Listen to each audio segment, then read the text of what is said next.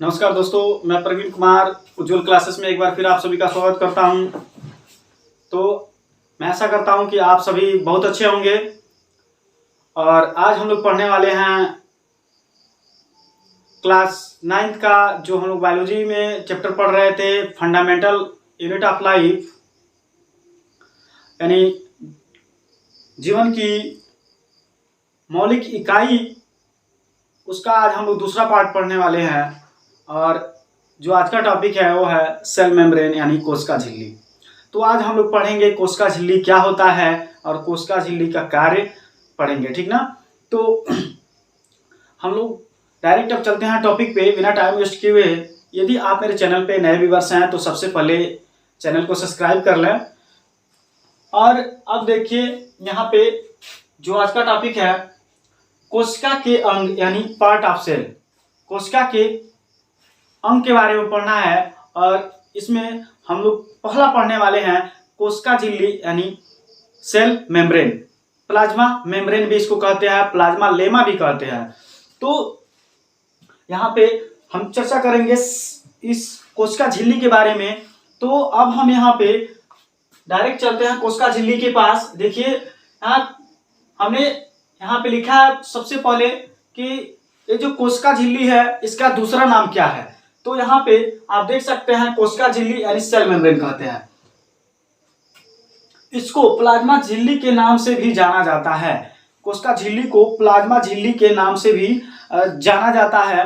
अब यहाँ पे दूसरा जो स्टेप है, यह पादप तथा जंतु दोनों कोशिकाओं में पाया जाता है। इसका निर्माण प्रोटीन तथा लिपिड से हुआ रहता है।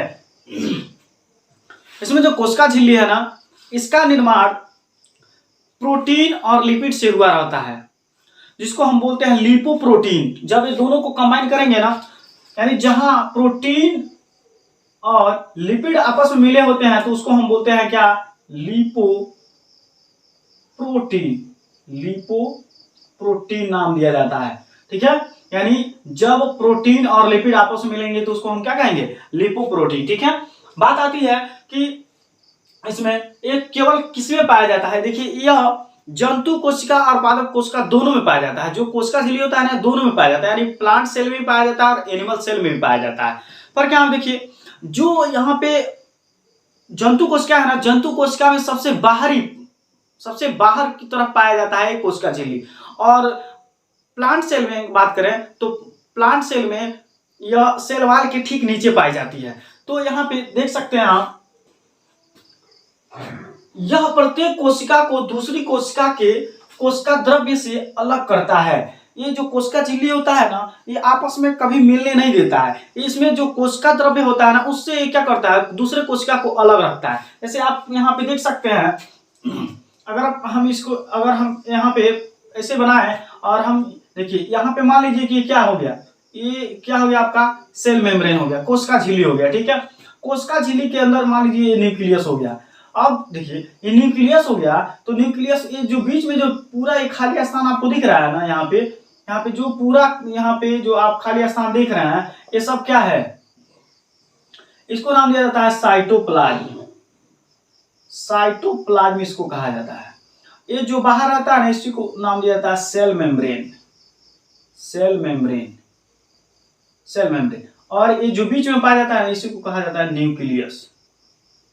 क्या होता है, न्यूक्लियस, ठीक ना। तो यहाँ पे आप क्या देख रहे हैं कि कोई सेल है और इस सेल में सबसे बाहर क्या पाया जा रहा है, सेल मेम्ब्रेन पाया जा रहा है, ठीक ना। तो और बीच में कौन सा पाया जा रहा है, बीच में साइटोप्लाज्म पाया जा रहा है। जो न्यूक्लियस ये क्या कर रहा है, देखिए ये साइटोप्लाज्म जो न्यूक्लियस है ना, न्यूक्लियस से बिल्कुल अलग है। और कोशिका झिल्ली के नीचे क्या पाया जा रहा है, कोशिका द्रव्य पाया जा रहा है, ठीक ना। तो बोला जाता है कि जो सेल मेम्ब्रेन है वो कोशिका के सबसे बाहरी परत होती है। और उस कोशिका के अंदर जो खाली स्थान पाया जाता है ना, उसको साइटोप्लाज्म बोला जाता है।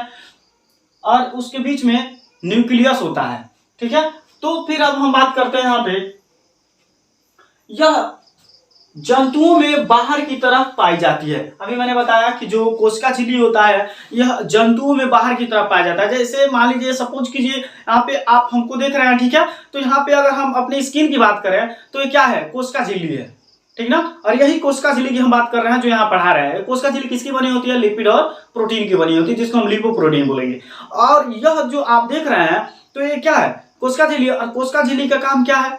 देखिए हमारे शरीर को क्या कर रहा है? एक निश्चित आकार प्रदान कर रहा है ना। और फिर ये क्या कर रहा है? हमें प्रोटेक्ट कर रहा है। जो भी बाहर से आने वाली वस्तुएं है ना, उनको क्या कर रहा है? ये अवरोधक के रूप में काम कर रहा है, रोक रहा है, जाने नहीं देता अंदर, ठीक ना। तो फिर यहाँ देखिए, फिर हम नेक्स्ट यहाँ बात करते हैं कि कोशिका झिल्ली वर्णात्मक पारगम्य झिल्ली, जिसको इंग्लिश में बोला जाता है सेलेक्टिव परमिएबल मेम्ब्रेन, यानी इसको शॉर्ट फॉर्म में बोला जाता है एसपीएम, होती है, जो कोशिका के अंदर या बाहर आने जाने देती है। क्या करती है?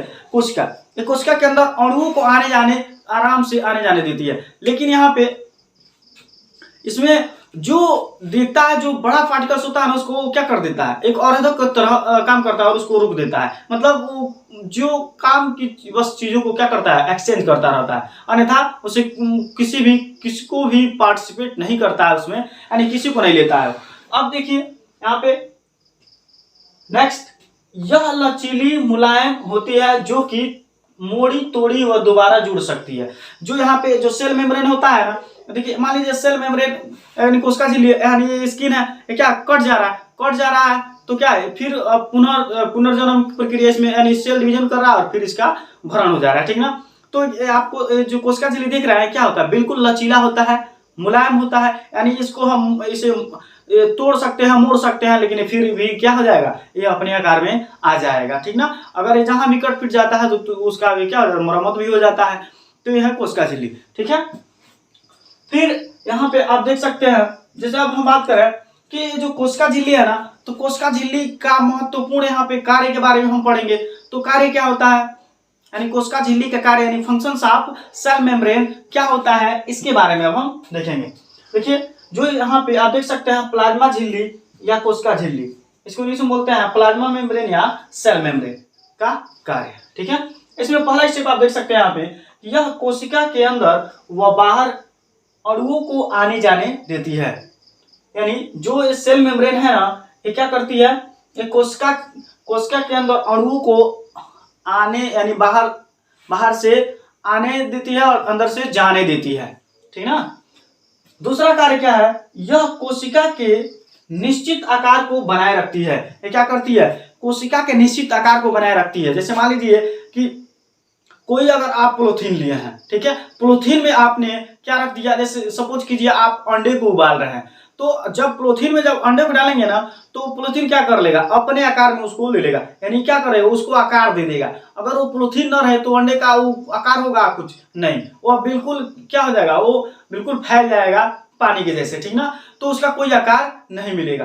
तो ये क्या कर रहा है? कोशिका झिल्ली क्या करता है कि ये हमें एक निश्चित आकार प्रदान करता है। देखिए अगर हम बात करें यहाँ पे बैक्टीरिया की, वायरस की, ठीक ना, तो इनका कोई आकार नहीं होता है। जैसे आपको ये कोशिकीय जीव में आपको पता है अमीबा का कोई आकार है नहीं, क्यों? क्योंकि उसमें कोशिका झिल्ली का अभाव रहता है, ठीक ना, इसलिए उसमें निश्चित आकार नहीं होती है। लेकिन हम अपने बात करें किसी भी लिविंग बींग्स की बात करें, यहाँ पे जो बहुकोशिकीय है, तो इसमें क्या होता है? सेल मेम्ब्रेन पाया जाता है, इसलिए उसका एक निश्चित अपना आकार होता है। उसको हम किसी आकार में नहीं ढाल सकते हैं, बल्कि उसका एक निश्चित आकार रहता है और हम उसी निश्चित आकार के बारे में ही बात करेंगे, ठीक है। फिर आप तीसरा आप देख सकते हैं, प्लाज्मा झिल्ली के अंदर व बाहर अणुओं का आदान प्रदान होता रहता है, ठीक ना। यानी जो कोशिका झिल्ली होती है ना, उसके अंदर अणुओं का क्या होता है? आदान प्रदान, यानी एक्सचेंज होता रहता है। अब किसके द्वारा होता है? देखिए यह दो प्रकार का होता है। अब ये प्लाज्मा झिल्ली के अंदर ना, कोशिका झिल्ली के अंदर ना, जो अणुओं का एक्सचेंजिंग होता है ना, किसके द्वारा होता है? विसरण और परासरण के द्वारा होता है, ठीक ना। ये दो मेथड इसमें काम करते हैं, पहला विसरण और दूसरा परासरण, ठीक ना। तो ये विसरण और परासरण को हम नेक्स्ट वीडियो में आपको बताएंगे। और आज का जो यहाँ पे टॉपिक रहा, सिर्फ सेल मेम्ब्रेन क्या होता है, सेल मेम्ब्रेन का काम क्या है, इसके बारे में। जो यहाँ पे आप यहाँ पे देख रहे हैं, जो विसरण और परासरण है, इसको हम नेक्स्ट वीडियो में आपको बताएंगे। तो आज मैंने आपको बताया सेल मेम्ब्रेन क्या है, इसके कार्य क्या होते हैं, और मैं आशा करता हूं कि आपको ये टॉपिक बहुत अच्छे से समझ में आया होगा।